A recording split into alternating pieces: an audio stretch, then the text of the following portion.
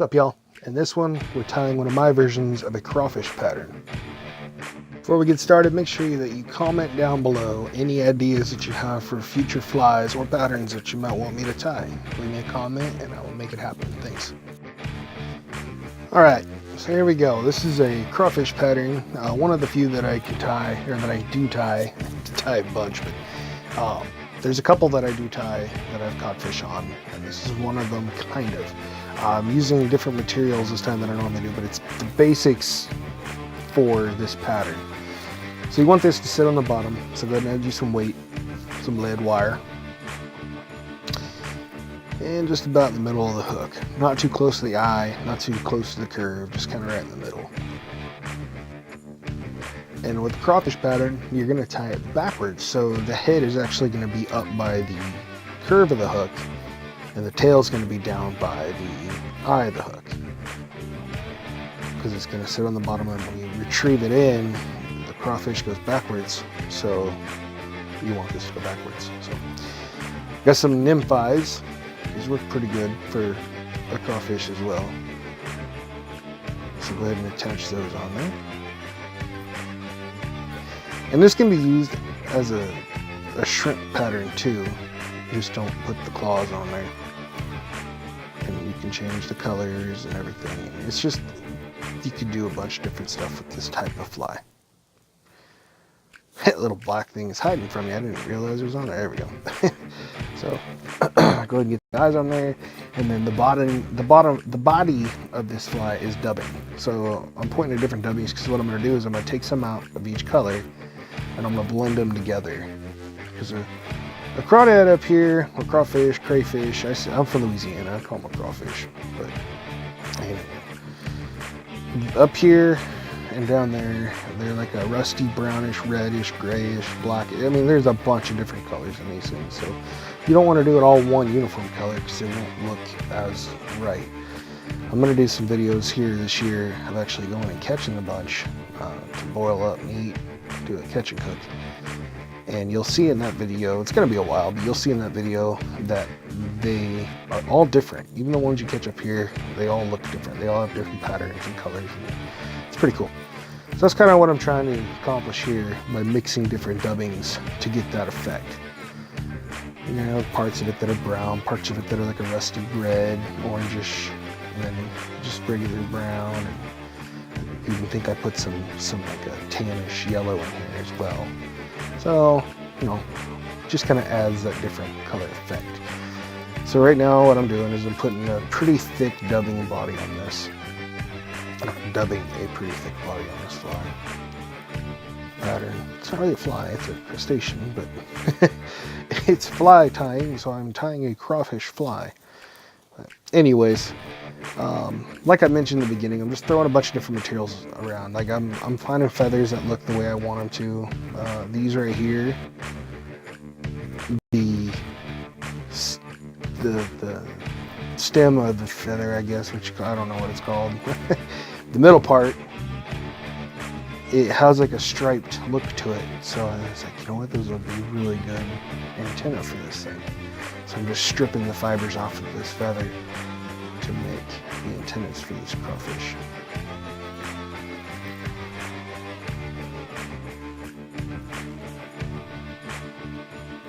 Attach one of those on there.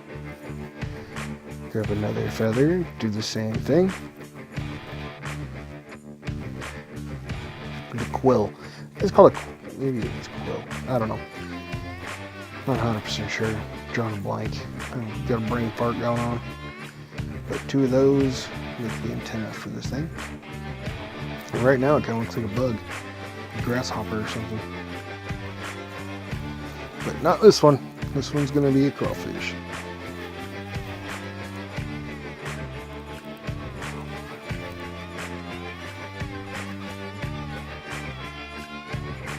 And I know I got bare thread going over the dubbing.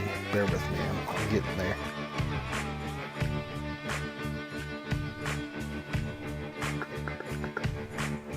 If I can figure out what I'm doing next. I'm looking for claws, I think is what I'm doing. Yeah. Getting my material together.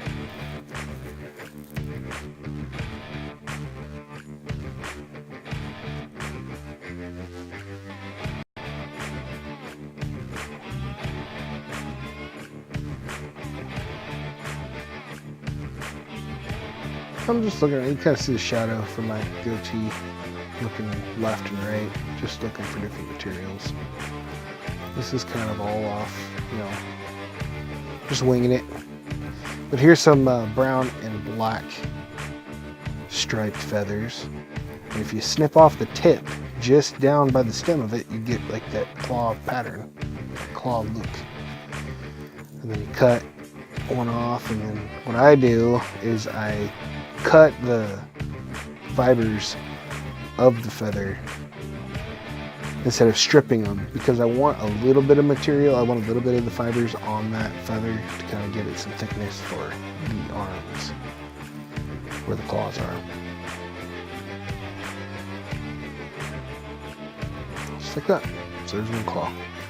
And the other one is a little smaller, but that's fine because most of the time they're not the same size anyways. You don't want them to be uniform, you want them to be a little different. So there's the other one. And we'll just attach those on there. Attach the other one on there. And you can see it's slowly starting to look more like a crawfish.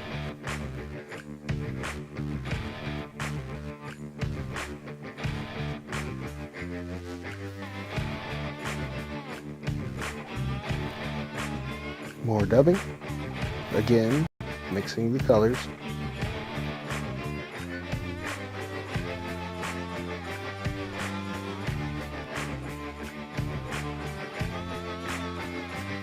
And then this is going to be for the backing, the part that you pull up over everything. And then I'm also going to tie in some ribbing, which will make different segments. There's that. And then I tied on some hackle first, and then I realized, no, I need to tie on the backing first, so I'll take the hackle off. Try again. Put the backing on, then put the hackle in there.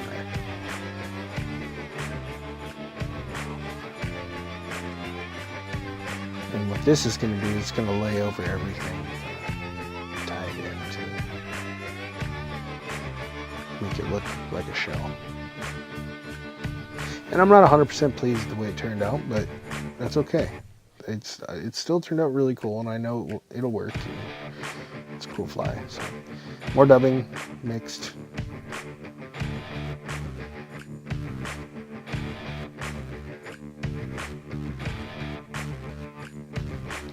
And then I'll wrap this. This is going to be the legs.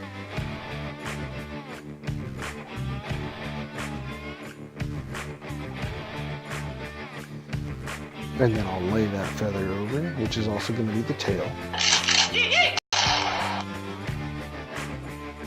There's a text message.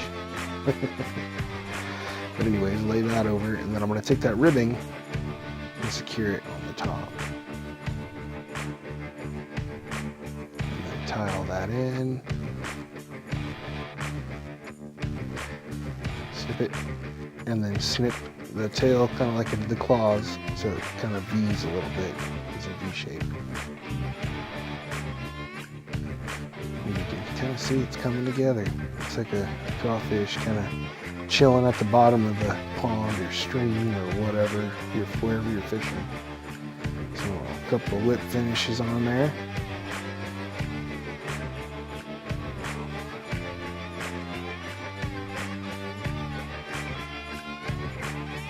And this is a great fly for bass, crappie, trout.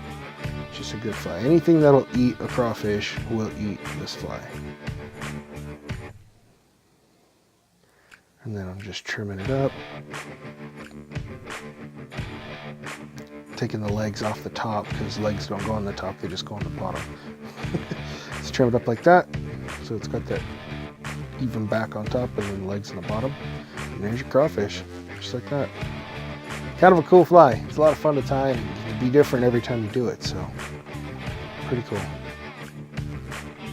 And I'll show you guys what it can do here when I start fishing again. Alright, there's the finished product of my crawfish fly pattern. You'll catch me some bass with this thing. Smallmouth especially. I can catch quite a few of those with this.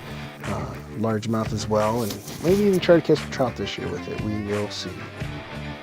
Alright, that's going to do it for this one. Make sure if you're not already, you subscribe and hit that notification bell so you know when I post new videos. Comment down below, like, and share this with your friends, and we'll catch you on the next one.